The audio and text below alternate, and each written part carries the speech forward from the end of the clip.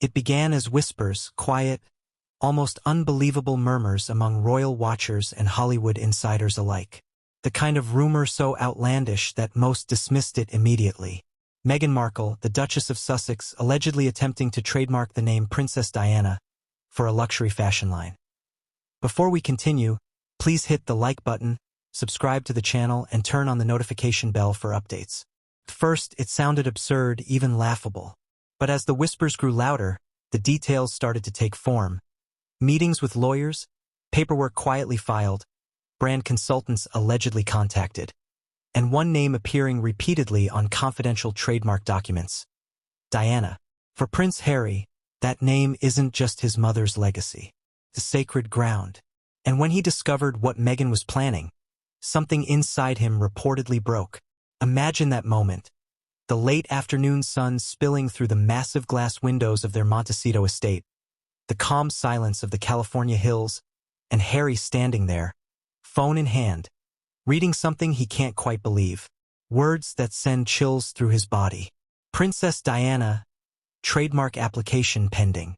To anyone else, it might look like just another celebrity business venture. But to Harry, it was something else entirely. An unforgivable betrayal of the woman who shaped his soul, who died protecting her dignity from the same forces of fame and exploitation he'd sworn to escape. The irony wasn't lost on him. His wife, the woman who had promised to honor his pain, had allegedly tried to profit from his mother's memory. And in that moment, whatever fragile trust was left between them shattered. But to truly understand why this moment hit so hard, you have to go back. Back to the days when Diana's name wasn't a brand, but a beacon of compassion. To Harry, Diana was never the glamorous princess the tabloids painted her to be. She was the mother who bent down to his level, who held him close when the cameras turned away, who whispered that kindness mattered more than power. Her loss left a hole that nothing ever filled. And throughout his adult life, Harry guarded that memory fiercely. He named his charity work in her spirit, referenced her courage in interviews, and even described his marriage as a continuation of her belief in love over duty. So when he found out Meghan had allegedly attempted to turn Diana's name into a business, not for charity, but for profit, it wasn't just bad judgment. It was sacrilege. At first, the reports were easy to deny. Meghan's team stayed silent. Her representatives refused to comment. But silence can often speak louder than denial. Rumors started surfacing that trademark attorneys in California had been approached months earlier, asked to explore the possibility of securing rights to the Diana name in multiple markets. Luxury apparel, skincare, accessories. Allegedly, Meghan's argument was that she wanted to honor Diana by continuing her sense of style and grace in a new brand that represented modern royal femininity. But somewhere between homage and opportunism, the line blurred. Those close to Harry say he didn't see it as tribute. He saw it as exploitation. The confrontation that followed reportedly tore through the heart of their home. Friends say Harry's voice could be heard from behind closed doors, shaking with disbelief, anger, and heartbreak. "How could you do this?" he allegedly demanded. "She's my mother, not your brand." Meghan, on the other hand, reportedly tried to explain, claiming it was about continuing Diana's fashion legacy, not selling her name. But the damage was done. For a man who had spent his entire adult life trying to protect his mother's memory from commercialization, the act felt like the ultimate betrayal. That night, Harry reportedly packed a small bag, got into his car, and left Montecito without looking back. Since then, neighbors have claimed his Range Rover hasn't been seen at the estate. The media speculates he might be staying with old friends or quietly seeking solitude away from cameras. Meghan, meanwhile, has been spotted attending meetings alone, her once carefully curated smile now replaced with a hardened composure. The couple, once united against the world, now seemed divided by something far deeper than public criticism. A moral rift about legacy, respect, and love. To the public, it might seem like another celebrity feud, another royal scandal spun out of proportion. But to those who know Harry, it's personal. For him, the name Diana is more than a symbol. It's his compass. The way she lived, the compassion she showed, the pain she endured, All of it defined how he navigates his world. He's often said that his greatest fear was history repeating itself, that Meghan would be consumed by the same fame machine that destroyed his mother. Yet now, in a cruel twist, it appeared that the person he trusted most might have become a part of that very machine. In recent years, Meghan has tried to carve her own legacy: podcast deals, Netflix documentaries, lifestyle ventures. Some were successful, others not so much. But every move seemed to edge closer toward the one thing Diana despised most: the commercialization of identity. Meghan's defenders argue that she's a businesswoman in a modern world, simply using her platform to build a brand. Her critics, however, see something else: a calculated effort to turn royal emotion into marketable material. The Diana trademark saga, if true, only amplified that perception. What makes this story so haunting is not just the betrayal itself, but the emotional terrain beneath it, the collision between love and legacy. Harry had always viewed Diana as untouchable, a figure who represented the humanity that the monarchy had lost. To him, her name was sacred, beyond trademark or profit. And now, that sacredness had allegedly been tampered with by someone he once believed shared his reverence. It's not about business. It's about boundaries, moral ones. Sources close to the situation claim Harry's anger wasn't just immediate. It was profound. This wasn't a one-night argument, but the culmination of months, even years of tension over Meghan's career ambitions and the blurred lines between public duty and personal branding. What began as shared advocacy turned into individual pursuits. Meghan, ambitious and determined, wanted independence from the royal family's control. But independence in this case came at a cost. If the reports were true, her latest venture might have crossed the one line Harry never thought anyone would cross. The middle of this story lies in a single question: what drives a person to commodify something so sacred? For Meghan, supporters argue it might have been about reclaiming power, using Diana's name as a symbol of female strength, not a product label. Perhaps she believed she could redefine Diana's influence for a new generation, shaping a global brand of compassion and elegance. But the execution, intentional or not, sent the opposite message. To many, it looked like greed. And in the court of public opinion, perception is everything. As journalists and royal experts began dissecting every angle, old wounds reopened. Royal commentators recalled how the late Diana's name had been exploited countless times since her death. Unauthorized biographies, documentaries, merchandise, but never by family, never by her own son's wife. That was the line no one had crossed until now. And it's precisely why this story ignited such outrage. It wasn't just another celebrity scandal. It was about respect. Respect for a woman whose compassion transcended her title, whose memory shaped the moral compass of millions, including her youngest son. By the time the public caught on, the damage to Harry and Meghan's relationship was already irreversible. Friends who once described them as inseparable now spoke of tension, silence, and cold distance. The Montecito mansion, once alive with laughter, had reportedly turned into a house divided. Meghan allegedly continued her meetings, insisting the brand could still launch under a different name, while Harry withdrew from public life, avoiding cameras and canceling appearances. Every move hinted at a man lost between love and legacy, torn between protecting his mother's memory and preserving his marriage. And yet, beneath the outrage and headlines lies something deeply human: the pain of betrayal. For Harry, it wasn't about fame or money. It was about trust. The person he had defended against the world might have gone against the one principle he held dearest. That realization hits harder than any public criticism ever could. Because when betrayal comes from the person you love most, it doesn't just wound. It transforms you. The ending of this introduction brings us to the present moment. A silence that says more than any statement could. Meghan's camp remains tight-lipped. No confirmation, no denial, only whispers of misunderstanding and misrepresentation. Meanwhile, Harry's absence from Montecito has fueled speculation. Some believe he's seeking clarity. Others think it's the beginning of a permanent separation. What's undeniable is that this scandal has shifted everything. The couple once united under a banner of love and shared struggle now stands divided by a legacy that refuses to be sold. This is not just another royal feud. It's a story of memory and morality, of love tested by ambition, and of how one name, Diana, still holds the power to divide hearts, even decades after her passing. And as the world watches, one question lingers like smoke over the Californian horizon. Has Meghan Markle finally crossed the one line Prince Harry could never forgive?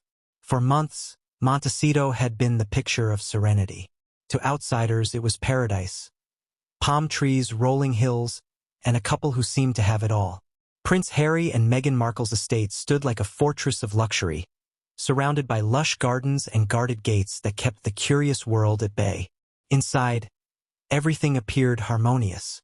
Their life together was framed by sunlight, yoga sessions, endless conference calls, and the occasional photo opportunity that showed them smiling, laughing, or holding hands. To anyone looking from the outside, it was the image of a couple thriving in their post-royal life. But behind the polished surface, tiny cracks were beginning to show. It began subtly. Changes in tone during conversations, disagreements about public image, the gradual fading of what once seemed like unbreakable unity. Harry, still deeply haunted by the ghosts of his past, sought simplicity and authenticity. Meghan, ambitious and restless, sought purpose and influence. Both wanted to make a difference, but their definitions of how to do so could not have been more different. While Harry preferred the quiet work of humanitarian causes and veteran advocacy, Meghan dreamed bigger. Her mind buzzed with ideas of empire, legacy, and control over her narrative. And in that difference lay the quiet tension that would one day explode. Every morning, Harry started his day early, walking the garden trails before the California heat rolled in. He found peace in the silence, a rare escape from the noise of the world. The estate's vastness made him feel small, yet grounded. For Meghan, the day began with her phone. Calls, emails, publicists, PR advisors, and stylists filled her schedule. She was determined to rebrand herself, to create something that wasn't dependent on royal connections, but still carried royal elegance. Her mind often returned to Diana. Her style, her influence, her legacy. Meghan admired her. But admiration can easily blur into ambition, and somewhere between respect and reinvention, a dangerous idea began to form. They were not fighting yet, but they were drifting. The silence between them was growing longer, and when words did come, they often carried the sharp edge of frustration. Harry struggled to understand Meghan's need for constant visibility, her obsession with perfecting her public image. Meghan, in turn, found Harry's quiet resistance suffocating. She saw it as fear holding them back. "We can't live like fugitives forever," she once told him, half laughing, half serious. "If we don't shape our story, someone else will." Harry would nod, but deep down, he knew that every attempt to control the story only tightened the noose of fame around them. Their staff noticed the shift first. The laughter that used to echo through the house during brunches and project meetings was replaced by tense whispers. Meghan's assistants came and went quickly, leaving behind polite but strained smiles. Harry spent longer hours alone in his office, staring at old photos of his mother. Evenings that once ended with wine and quiet conversation now ended with two people in separate corners of the mansion, lost in their thoughts. To the world, they were still Harry and Meghan, the global power couple.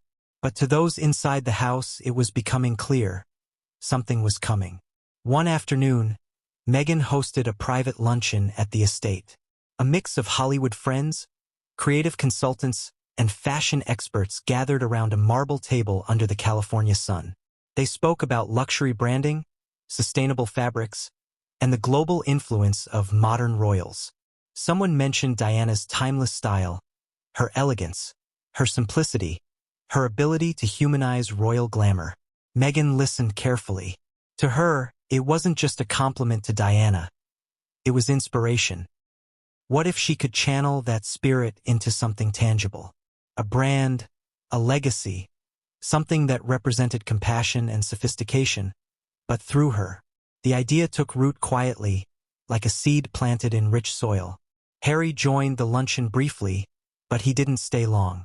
He never liked these gatherings. The performative energy, the polite laughter that didn't reach anyone's eyes. To him, they felt artificial. As he left, he overheard snippets of conversation about timeless influence and the power of royal branding. The words bothered him, though he couldn't yet explain why. That evening, Meghan excitedly told him about her concept. A women's brand inspired by Diana's strength and grace. She spoke of sustainability, empowerment, and redefining royal femininity. Her words were polished, passionate, and rehearsed. Harry listened in silence. When she finished, he simply said, "Diana didn't want to be a brand." The room went cold. For a brief moment, they stared at each other, the unspoken truth hanging between them. Meghan tried to explain that it wasn't about profit but about legacy, but Harry didn't respond. That night he couldn't sleep. The image of his mother haunted him. The tabloids, the flashing cameras, the tears she hid behind her smile. He could almost hear her voice telling him to protect her memory. To him, legacy wasn't something to sell. It was something to guard. But for Meghan, legacy was about influence, about using power to inspire. The line between the two was becoming dangerously thin. Days turned into weeks, and the tension lingered. Meghan grew more secretive about her meetings, saying they were just exploratory. Harry withdrew further into himself, spending hours in the garden or taking long drives along the coast. Friends who called noticed his voice lacked its usual warmth. He sounded distracted, heavy. Meghan, meanwhile, was consumed with vision boards, sketches, and branding notes. Her team spoke of a Diana-inspired collection with reverence, unaware of the storm it was summoning. To outsiders, the couple appeared busy but content. They made brief public appearances, still holding hands, still smiling for cameras. But those smiles had become rehearsed, professional. Behind them, emotions were fraying. Harry's patience was thinning, and Meghan's determination was hardening. Neither wanted to admit it, but they were living in separate worlds under the same roof. Even their conversations about Diana began to shift in tone. Meghan would mention her as a source of empowerment, citing her global appeal and fashion influence. Harry, however, spoke of her kindness, her warmth, her quiet humanity. It wasn't just two perspectives on the same woman, it was two opposing philosophies. One saw Diana as a legacy to build upon. The other saw her as a memory to protect. It was during this fragile calm that the first real argument broke out. Harry had found a draft proposal on Meghan's desk, a business outline referencing the Diana collection. The words hit him like a punch. He confronted her immediately, his voice shaking. Meghan defended it, insisting it was an internal brainstorming document, nothing more. But the sight of Diana's name on corporate stationery was too much for Harry. He left the room without another word. That night, neither spoke. The silence between them stretched like a canyon. Yet, even as tension grew, Meghan's resolve didn't falter. She believed she was doing something meaningful, reimagining Diana's influence for a new age. She didn't see it as exploitation but evolution. The tragedy was that Harry couldn't see it that way. For him, Diana was untouchable. Her name belonged to memory, not marketing. That difference, one of heart versus ambition, would become the crack that split them apart. In Montecito, the calm was deceptive. The media saw photos of a happy couple. Neighbors saw smiles across garden fences. But inside those walls, something precious was slipping away. The calm before the storm isn't silence. It's the faint hum of something about to break. And in the Sussex household, that hum was growing louder by the day. Each morning, Harry walked past a portrait of his mother that hung in the hallway. It was his favorite.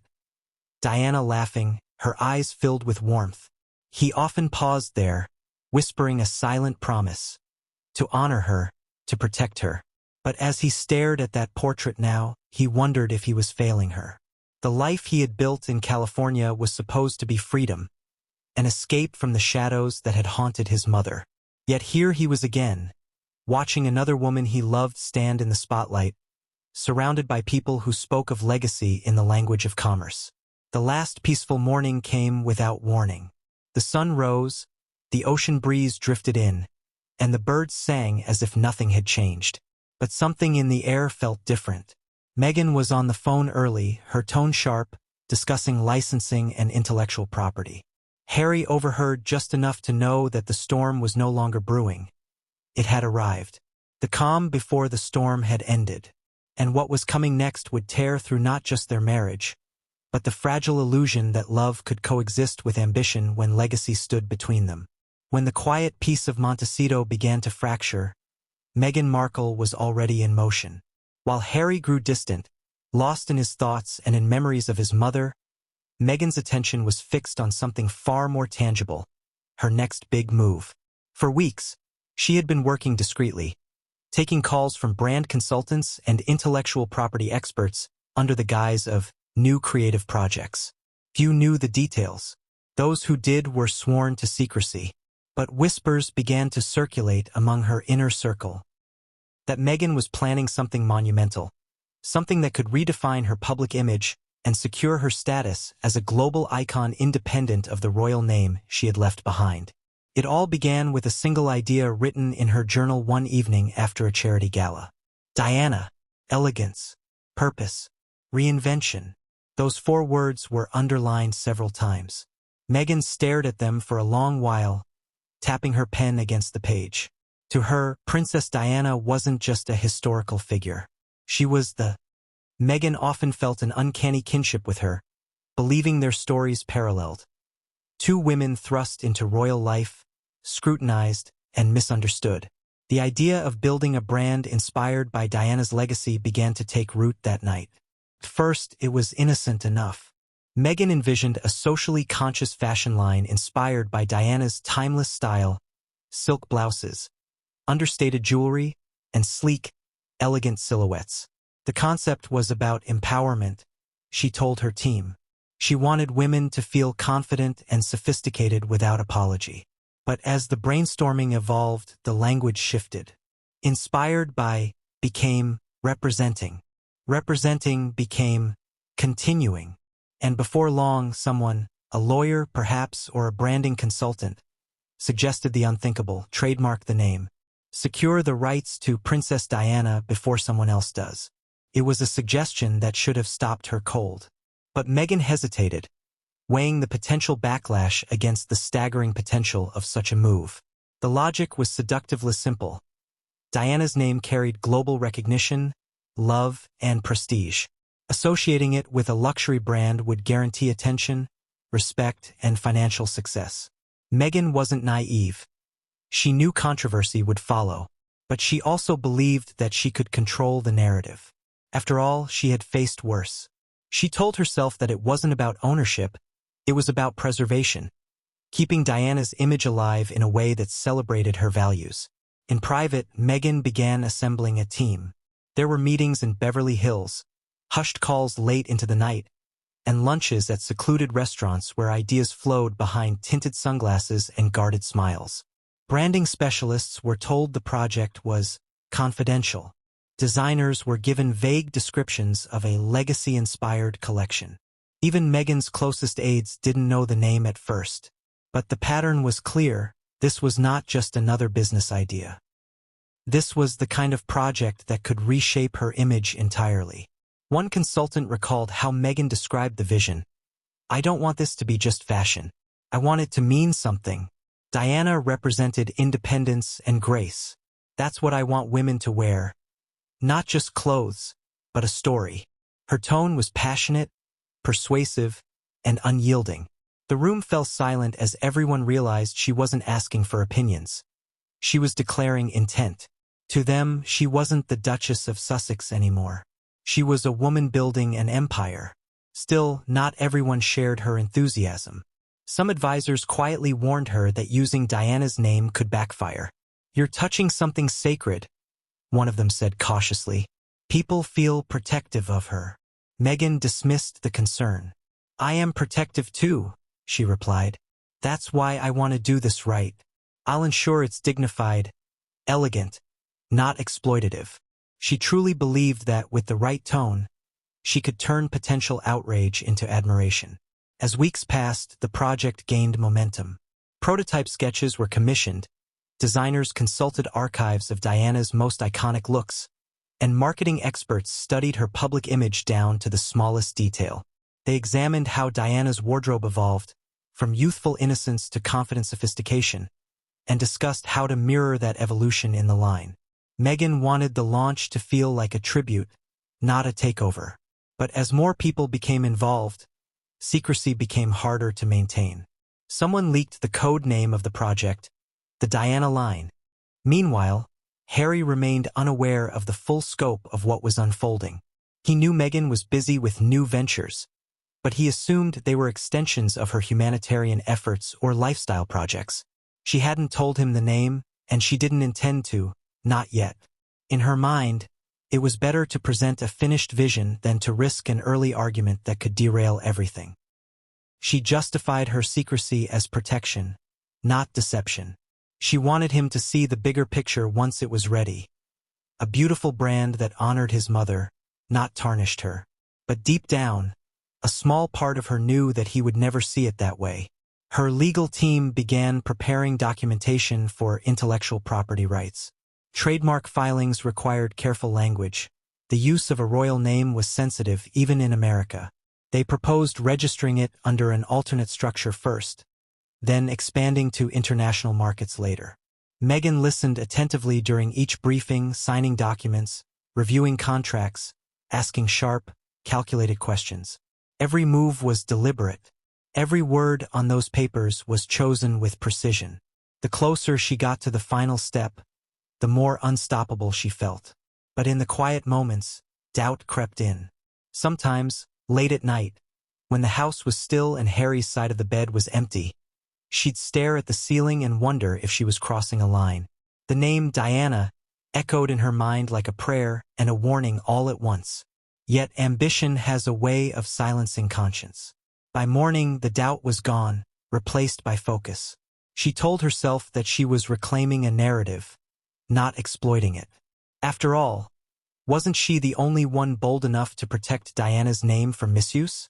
In her eyes, it was better for Diana's legacy to be shaped by family, not corporations. That's how she justified it. Outside her private office, life in Montecito carried on as usual. Staff tended to the gardens, chefs prepared meals, and Harry spent long hours on video calls for his charitable projects. Meghan's schedule, however, became erratic. Calls extended late into the night, and she often excused herself during dinner to handle something urgent. Harry noticed but didn't press. He had learned that questions often led to defensiveness, and he was tired of arguments. He told himself she was just busy building her career, that she needed space. But deep down, he sensed something was changing, not just in her, but between them. The secret plan moved forward quietly, but momentum has a way of creating noise. People began talking. A journalist friend of a designer hinted to a colleague that Meghan was working on a project connected to Diana.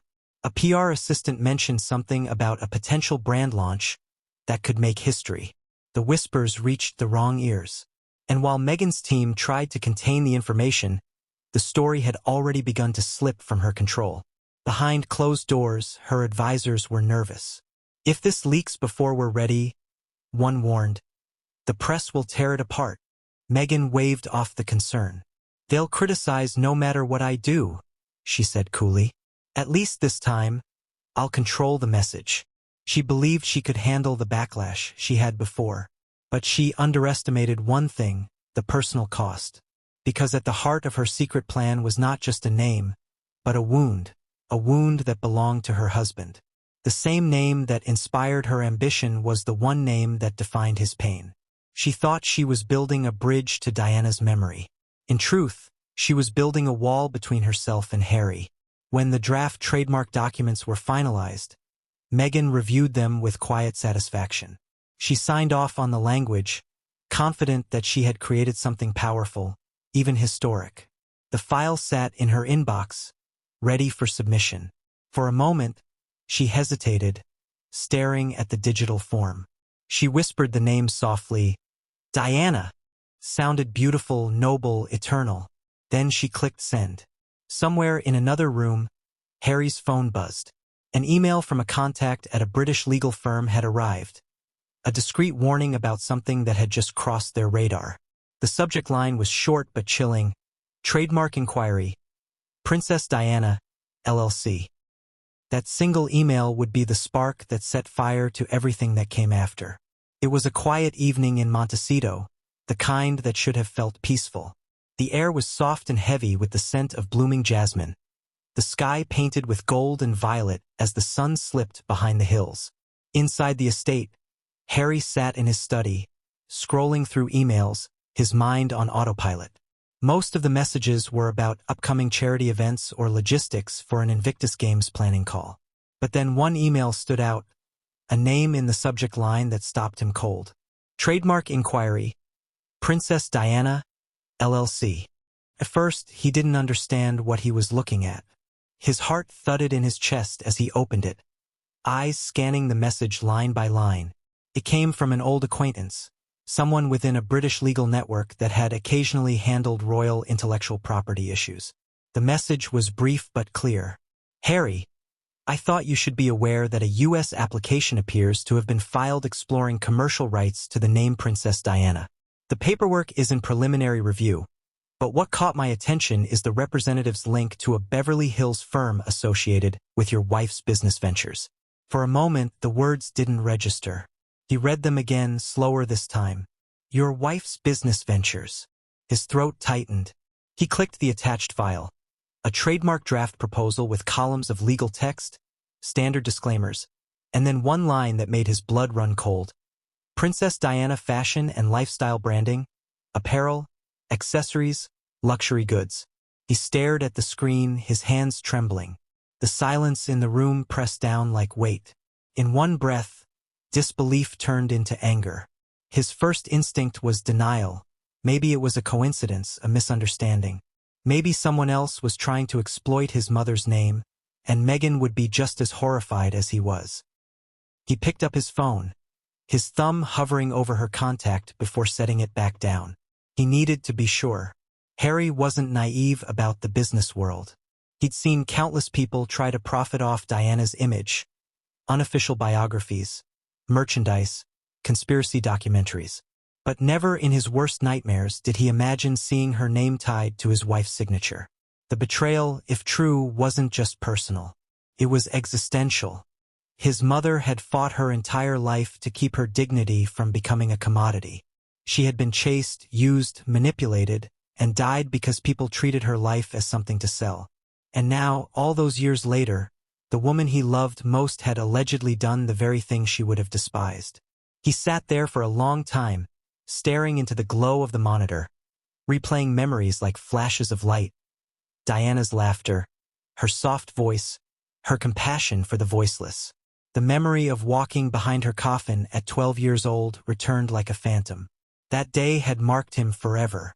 He had sworn to protect her legacy, to keep her from being reduced to a brand. And now he felt that promise crumbling. When Meghan came home that evening, Harry was still in his study. She appeared cheerful, carrying her phone and a stack of papers, speaking quickly into her Bluetooth earpiece about brand alignment and potential investors. Harry waited until she hung up, his expression unreadable. "We need to talk," he said quietly. Meghan froze for a moment, then smiled, unaware of what was coming. "Of course. What's wrong?" He slid the printed copy of the email across the desk. The paper trembled slightly in his hand. Meghan's eyes flicked down, scanning it. Her expression shifted almost imperceptibly, from confusion to recognition to something like fear. She opened her mouth, but no words came. "Tell me this isn't what it looks like," Harry said, his voice low, almost whispering, but burning with restrained fury. "Tell me you didn't try to trademark my mother's name." Meghan set the papers down carefully, her tone steady but defensive. "Harry, it's not what you think. It's not about taking her name. It's about protecting it. You know how many companies have tried to profit off her image. I wanted to make sure that if anyone used her name, it was done respectfully, in a way she would have been proud of." "Respectfully," Harry repeated, incredulous. He leaned forward, his voice tightening. You wanted to put her name on handbags and scarves. You wanted to make money off her. How is that respectful? It's not about money, Meghan insisted, her voice rising slightly. It's about legacy. She inspired millions. She inspired me. I wanted to continue that, to create something elegant, charitable even. You're twisting this into something ugly. Harry stood up abruptly, his chair scraping the floor. You don't get to decide what honors her. You never even met her. The words came out sharper than he intended, but he couldn't stop. Years of grief and frustration came rushing out. You have no idea what that name means. You can't just turn my mother into a product. Meghan's composure cracked for the first time. Don't you dare question my intentions, she snapped. Everything I've done, everything, has been about building a life where we're not controlled by anyone else. I'm trying to make something meaningful. Meaningful? Harry's laugh was hollow. You're trying to own her name. Own her. You think you can trademark compassion? Kindness? You can't trademark her soul. The air between them went still. Meghan looked at him, eyes glistening, her jaw trembling but defiant. You think I'm the enemy, Harry, but I'm not. I've been fighting for us. You just don't see it. Harry turned away, running a hand through his hair, trying to steady himself. The silence stretched, heavy and suffocating. Finally, he said softly, You were supposed to protect her memory with me, not use it. For the first time in a long time, Meghan had no reply. She stood there, the weight of what she had done pressing down like gravity. The glow from the lamp illuminated the papers between them. Black ink on white pages, a contract that now felt like a betrayal written in legal terms. Harry picked up his jacket from the back of the chair. I can't stay here tonight, he said simply. Meghan's voice cracked as she called after him, but he didn't turn around. The sound of the front door closing echoed through the halls like a gunshot. Outside, the air was cold, sharp, almost cleansing. He drove aimlessly for hours, down the dark coastal highway, the waves crashing against the cliffs as if echoing his thoughts. Every memory of his mother resurfaced, her laughter, her pain, the way she had shielded him from the world. He imagined how she would feel seeing her name entangled in celebrity branding. The thought made him sick. Back at the estate, Meghan sat alone in the dim light of the living room. Her phone buzzed repeatedly with missed calls and messages from her PR team, but she didn't answer. For the first time, the enormity of what she'd done began to sink in. She had thought she was being strategic, visionary even. But in her quest to prove her independence, she had crossed the one boundary she could never repair. The next morning, Harry didn't return. Staff whispered quietly, avoiding eye contact with Meghan. The house felt colder, emptier. Every sound seemed louder. The ticking clock, the distant hum of the ocean. Meghan spent hours staring out the window, rehearsing how she would explain it all, how she would convince him that her intentions were pure. But no matter how many times she tried to justify it in her mind, the truth was undeniable. She had acted without him, and in doing so, she had lost him. By afternoon, the story had begun to leak. A journalist from London posted a cryptic tweet. Sources suggest the Sussexes may be exploring commercial rights linked to Diana's name. Developing. Within hours, it spread like wildfire. Headlines screamed accusations, talk shows dissected motives, and commentators speculated about the fallout. Meghan's phone erupted with notifications, calls from advisors, messages from friends, emails marked urgent. But the one message she needed most never came. Harry remained silent. As the sun set again over Montecito, Meghan finally realized what the trademark was never meant to symbolize success or control. It had become a mirror, reflecting everything fractured between them. What began as a business idea had turned into a personal catastrophe. The name that was supposed to bring them closer to Diana's legacy had driven them further apart. And somewhere on the road between Santa Barbara and Malibu, Harry sat parked overlooking the ocean, his phone buzzing unanswered in the passenger seat. He stared out at the horizon, his mind racing. For the first time, he questioned not just Meghan's actions, but the entire foundation of what they had built together. Love had brought them this far, but love without trust had nowhere left to go. The moment of discovery was no longer just about the papers on his desk. It was about the realization that some betrayals are so deep they don't make noise, they echo. And this one would echo through every part of his life from that night forward. The next 48 hours were an emotional war zone. What began as shock had evolved into raw fury. The silence between Prince Harry and Meghan Markle was no longer peaceful. It was the kind that suffocates, the kind that drowns a home in invisible tension. Every room in their sprawling Montecito mansion seemed to hold its breath, as if even the walls knew something irreversible had been broken. Staff avoided eye contact, conversations were whispered, and the sound of footsteps on marble floors carried an uncomfortable echo. Harry hadn't returned home that first night. When he finally did, sometime just before dawn the next day, his eyes were red, his jaw set, and his expression unreadable. Meghan was waiting for him in the kitchen, still in her robe, pacing the floor with her phone in hand. She had barely slept. The leaked story had spread across continents overnight, splashed across headlines from Los Angeles to London. Words like outrage, betrayal, and unthinkable trended on social media. Her team was in chaos, desperately trying to manage the fallout. But the one person she couldn't reach was the man standing in front of her now, the one whose silence was far louder than any public criticism. Harry dropped his keys onto the counter. The sound was sharp, final. "How long were you planning to keep it from me?" he asked, his voice low but shaking. Meghan turned slowly, exhaustion etched across her face. "Harry, I told you, it wasn't what it looked like. I was trying to protect your mother's legacy. The paperwork was just a precaution." "Stop," he interrupted, slamming his palm against the counter. The word rang out like thunder. "Don't twist this into protection. You were turning her into a brand. My mother, Meghan.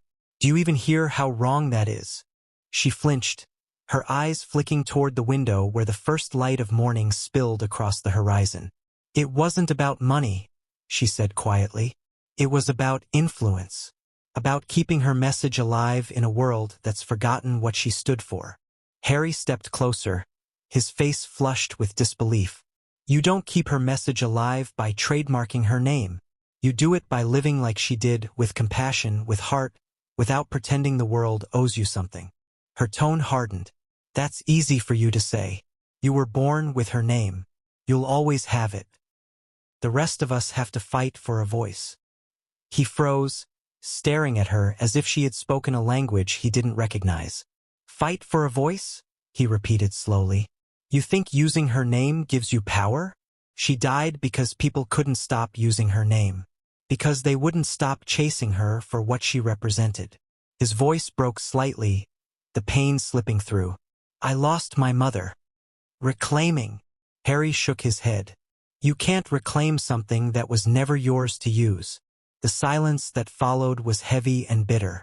He turned away, gripping the edge of the counter until his knuckles turned white. Meghan took a cautious step forward, lowering her voice. "I made a mistake. I see that now. But we can fix it. I'll cancel everything. We'll issue a statement saying it was misinterpreted." Harry let out a hollow laugh. "A statement? You think this is about PR? You think my mother's legacy is something you can fix with press releases?" He turned, his eyes sharp with hurt. "You still don't get it. It's not about what people think. It's about what you did." For the first time, Meghan's confidence faltered completely. The weight of his words hit her like a wave. She looked at him, eyes pleading. "I was trying to help us. Everything I've done, every move I've made was to build something lasting for our family. You act like I did this out of greed. I didn't." "Then why didn't you tell me?" he asked quietly. The question hung in the air, cutting through the room like glass. "If your intentions were pure, why hide it? Why let me find out through a lawyer's email?" Her silence was answer enough. She opened her mouth to speak, but no sound came. He shook his head slowly. "Because you knew," he whispered. "You knew it would destroy me." Meghan's voice cracked. "Harry, please." But he raised a hand to stop her. "Don't. Just don't." He walked past her toward the hallway, his footsteps heavy. You said you wanted to build a legacy. Congratulations. You just built one on top of my mother's grave. The words hit her like a blade. She turned away, covering her mouth, tears spilling silently. The house felt too big, too empty, too loud with the sound of their breaking. Outside, the California sunlight streamed through the windows, indifferent to the wreckage inside. Hours passed without another word. Harry retreated to his study, the same room where he had first seen the email, while Meghan isolated herself upstairs. Every so often, one of their assistants would hover near the hallway, uncertain whether to stay or leave. By midday, half the staff had quietly taken time off. No one wanted to be in that house. By afternoon, the confrontation reignited. Meghan approached him again, her voice calmer but her expression strained. We can't keep ignoring this. You can hate me all you want, but the world's already talking. If we don't get ahead of it, the press will make it worse. Harry didn't look up from the papers on his desk. You're still worried about optics. I'm worried about our lives, she snapped, slamming her hands on the desk. You think I like being humiliated? You think I wanted this to come out like this? You've turned your back on me when I needed you to stand beside me. He rose from his chair slowly, his expression calm but his voice cold. I didn't turn my back on you, Meghan. You walked away the moment you decided Diana's name was yours to use. Tears welled up in her eyes, but she refused to look away. You think you're the only one who cares about her? She inspired me too. I looked up to her before I even met you. Harry stepped closer, his tone quiet but cutting. Admiration doesn't give you ownership. You can't trademark someone's soul because you admire them. Her voice dropped to a whisper. You've changed. He paused. No, he said softly. You have. The weight of those words lingered long after the argument ended. Harry packed a small duffel bag that evening, just a few essentials. No dramatic gestures, no shouting, just quiet resignation. Meghan stood at the base of the stairs, her voice trembling. Where will you go? He didn't answer immediately. Somewhere quiet, he said finally. Somewhere that doesn't smell like lawyers and lies. Harry, please, she said, tears breaking her composure. Don't do this. Don't leave like this. He looked at her for a long moment, his eyes tired, his voice hollow. I don't even know who I'm leaving anymore. And then he walked out the door. The night swallowed him as he drove down the long, winding driveway, headlights cutting through the darkness. Meghan stood at the window, watching the taillights disappear until they were nothing but faint red dots against the horizon. She pressed her hand against the glass, but he was already gone. Inside the car, Harry drove without destination. The road stretched endlessly ahead, but all he could see was Diana's face, smiling, gentle, unguarded. He could almost hear her voice, a whisper from somewhere deep within. Don't let them use me. Tears blurred his vision, but he didn't stop. He needed distance, distance from the cameras, the noise, and the betrayal that now lived in his own home. Somewhere in the middle of the night, he pulled over near the ocean, stepping out into the cold air. The waves roared below, wild and relentless. He stood there, hands in his pockets, the wind whipping through his hair. For the first time since leaving the royal family, he felt completely alone. Back in Montecito, Meghan sat on the couch, her phone ringing endlessly. Her PR team wanted statements.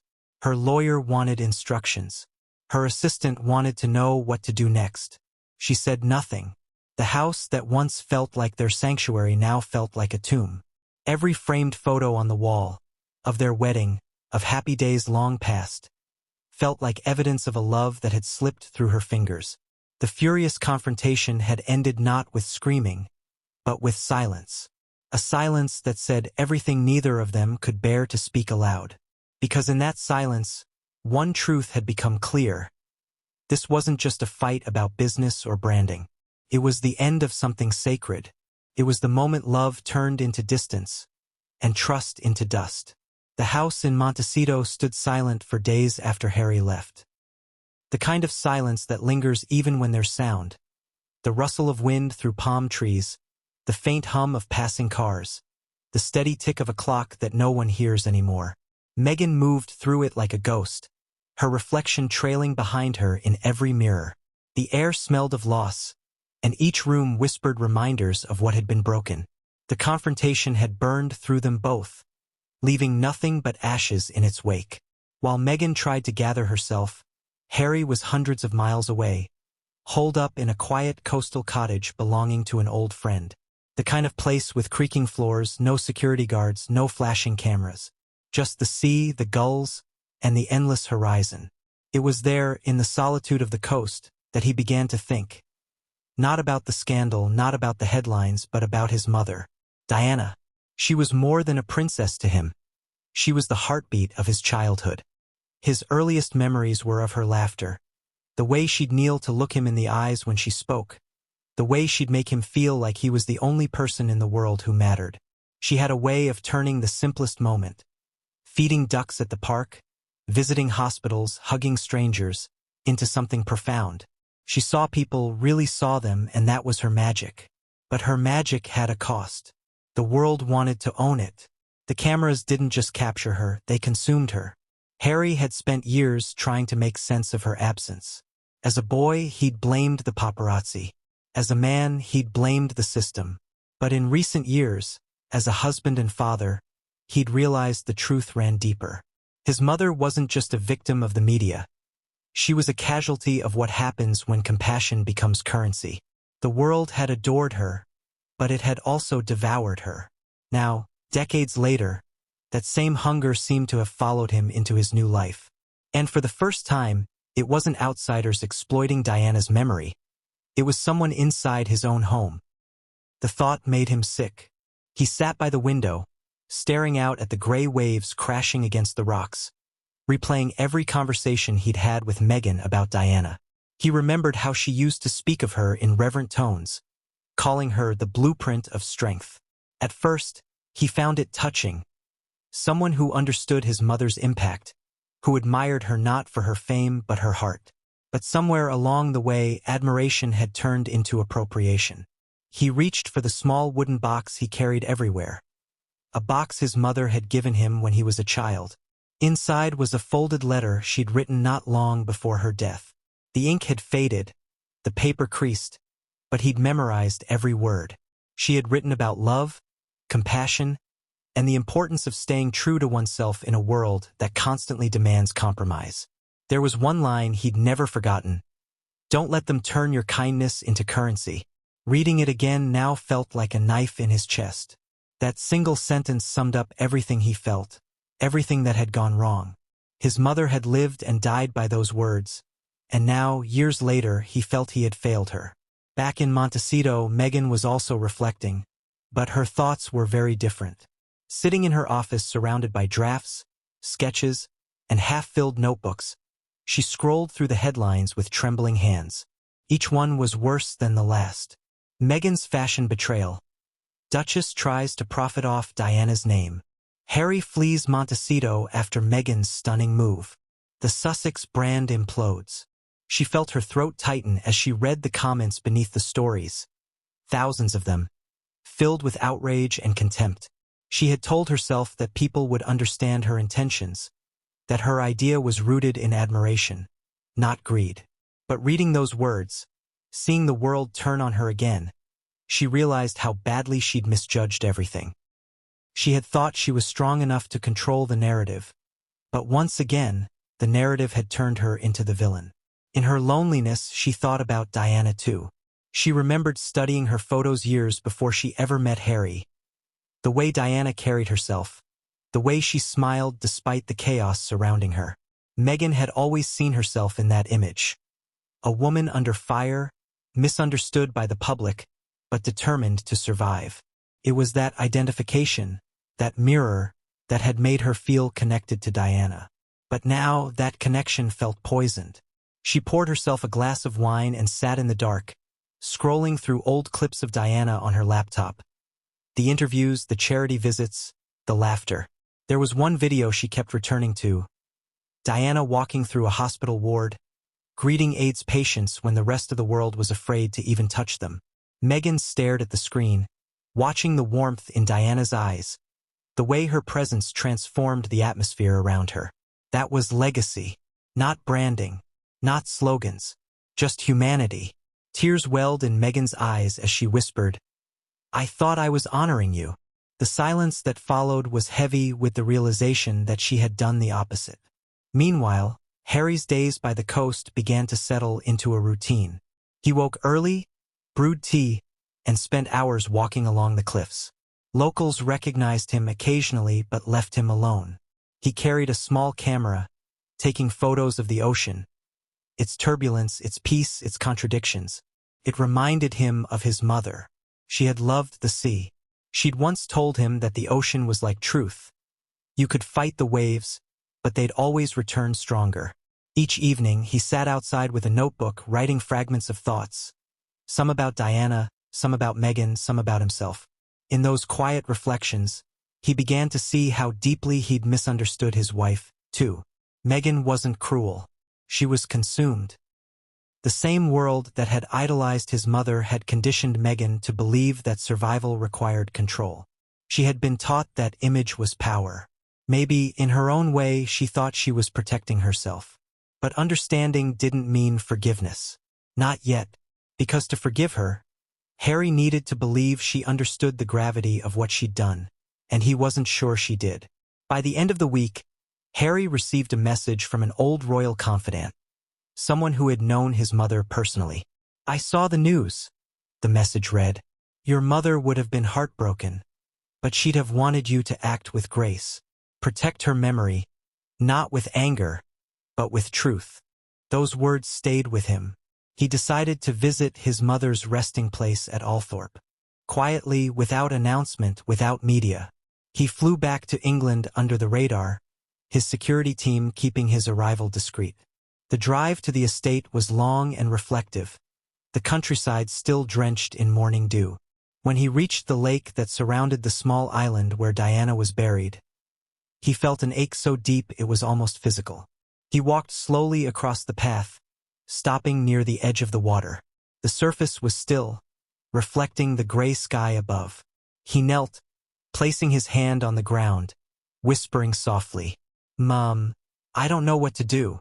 His voice cracked as he spoke. "I tried to protect you. I tried to make sure no one would ever use you again. But I failed. I failed because I trusted someone I thought would understand." The wind rustled through the trees, and for a moment, he imagined it was her answer.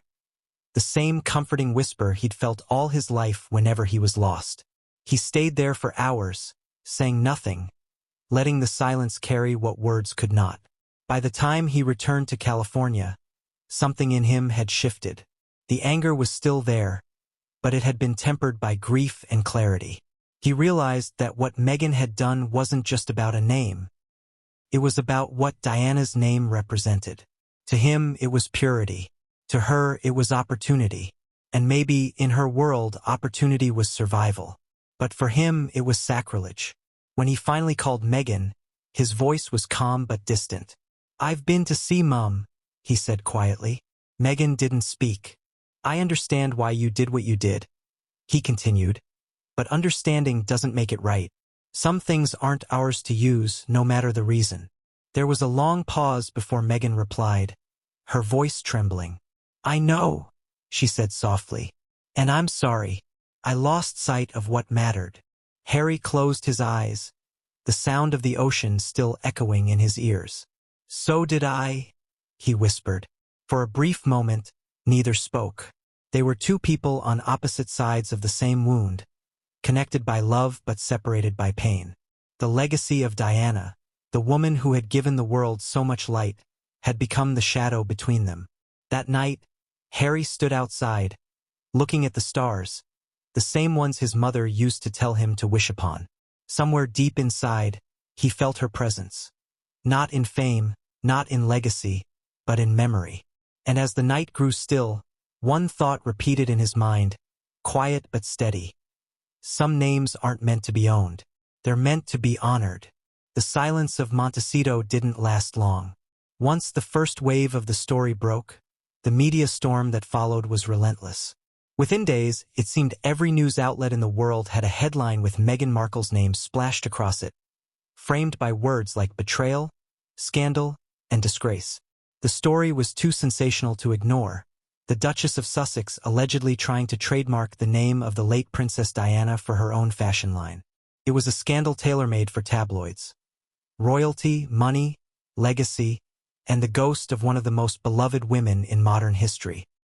Reporters camped outside the Montecito gates, helicopters hovered at dawn, and journalists from London to Los Angeles traded every scrap of rumor they could find. The once peaceful Californian mansion turned into a fortress under siege. Every delivery truck, every vehicle that passed through the security gate was photographed. Staff members were bombarded with questions on their commutes. The front pages of British tabloids screamed with outrage. "Meghan's final betrayal," read one. Another paper called it a new low in the Sussex saga. Even the normally reserved outlets, the ones that had defended her during past controversies, couldn't spin this one. For the British public, Diana wasn't just a memory. She was a wound that never truly healed. The idea that someone, even her own daughter-in-law, would attempt to commercialize her name felt like sacrilege. Royal commentators flooded television screens, shaking their heads in disbelief. "It's beyond comprehension," one said during a BBC panel. "Diana's legacy belongs to the people, not to trademarks." In America, the reaction was different but no less brutal. Late-night hosts turned the controversy into punchlines. News pundits debated whether the move was strategic genius or pure tone-deaf arrogance. Hashtags trended across social media. Hashtag Diana is not for sale. Hashtag Meghan-gate. Hashtag respect Diana. Thousands of tweets poured in by the hour, some mocking, others furious. And among them, one question echoed everywhere. Where was Prince Harry? That question became the center of the media frenzy. Harry's disappearance only intensified the intrigue. Paparazzi tracked private airfields, local diners, and remote cottages, searching for a glimpse of him. Rumors spread like wildfire. Some said he had gone back to the UK. Others claimed he was staying with close friends in Santa Barbara. The longer he remained unseen, the more the story grew. In his absence, the press wrote its own version of events. The betrayed husband, humiliated by his wife's ambition, running from the chaos she had created.